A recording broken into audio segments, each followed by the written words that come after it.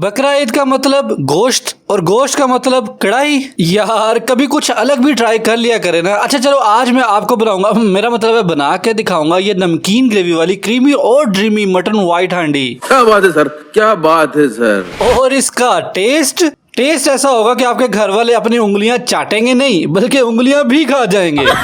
और इसकी सबसे बेस्ट बात पता क्या है, इसकी क्रीमी सी ग्रेवी जो आपको नान के साथ भी सही मजा देगी। तो फिर देर किस बात की, फटाफट से ईद को फ्लेवरफुल बनाते हैं। चलो फिर तो भैया भाभी जंगल रंडी। सबसे पहले एक बाउल में हमने 1 किलो मटन, सिरका, दही, हरी मिर्च का पेस्ट, अदरक लहसुन का पेस्ट, काले मिर्च का पाउडर, सफेद मिर्च का पाउडर, नमक और सूखे धनिया का पाउडर डाल के इसको हमने अच्छी तरह से मिक्स कर लेना। इसको मैरिनेट होने के लिए 2 घंटे के लिए फ्रिज में रख देना। लेकिन चलो अगर टाइम नहीं है तो फौरन भी बना सकते हो। दूसरी तरफ एक कुकर में हमने ऑयल डाल दिया और उसमें प्याज डाल के हल्का सा नरम करेंगे। फिर ये जो मैरिनेटेड मटेरियल था ये सारा ला के इसके अंदर शामिल कर देंगे और फिर 1 गिलास पानी डाल के इसको मिक्स करके कुकर के ढक्कन को अच्छी तरह से बंद करके इसको 20 मिनट के लिए हम लोगों ने पकने देना है। 20 मिनट बाद ढक्कन उठा के देखे तो ये परफेक्टली बोटियां हमारी गल चुकी है। इसको सिर्फ 2 मिनट आपने ओपन रख के भून लेना है। उसके बाद इसमें फ्रेश क्रीम, हरा धनिया, गरम मसाला पाउडर, हरी मिर्च और अदरक डाल के अच्छी तरह से हमने इसको मिक्स कर लेना। और माशाल्लाह हमारी मटन व्हाइट हांडी बिल्कुल तैयार है। इसको सर्व करें और एंजॉय करें। अगर वीडियो का मजा आया ना तो ही जाने से पहले सब्सक्राइब लाजमी करके जाना।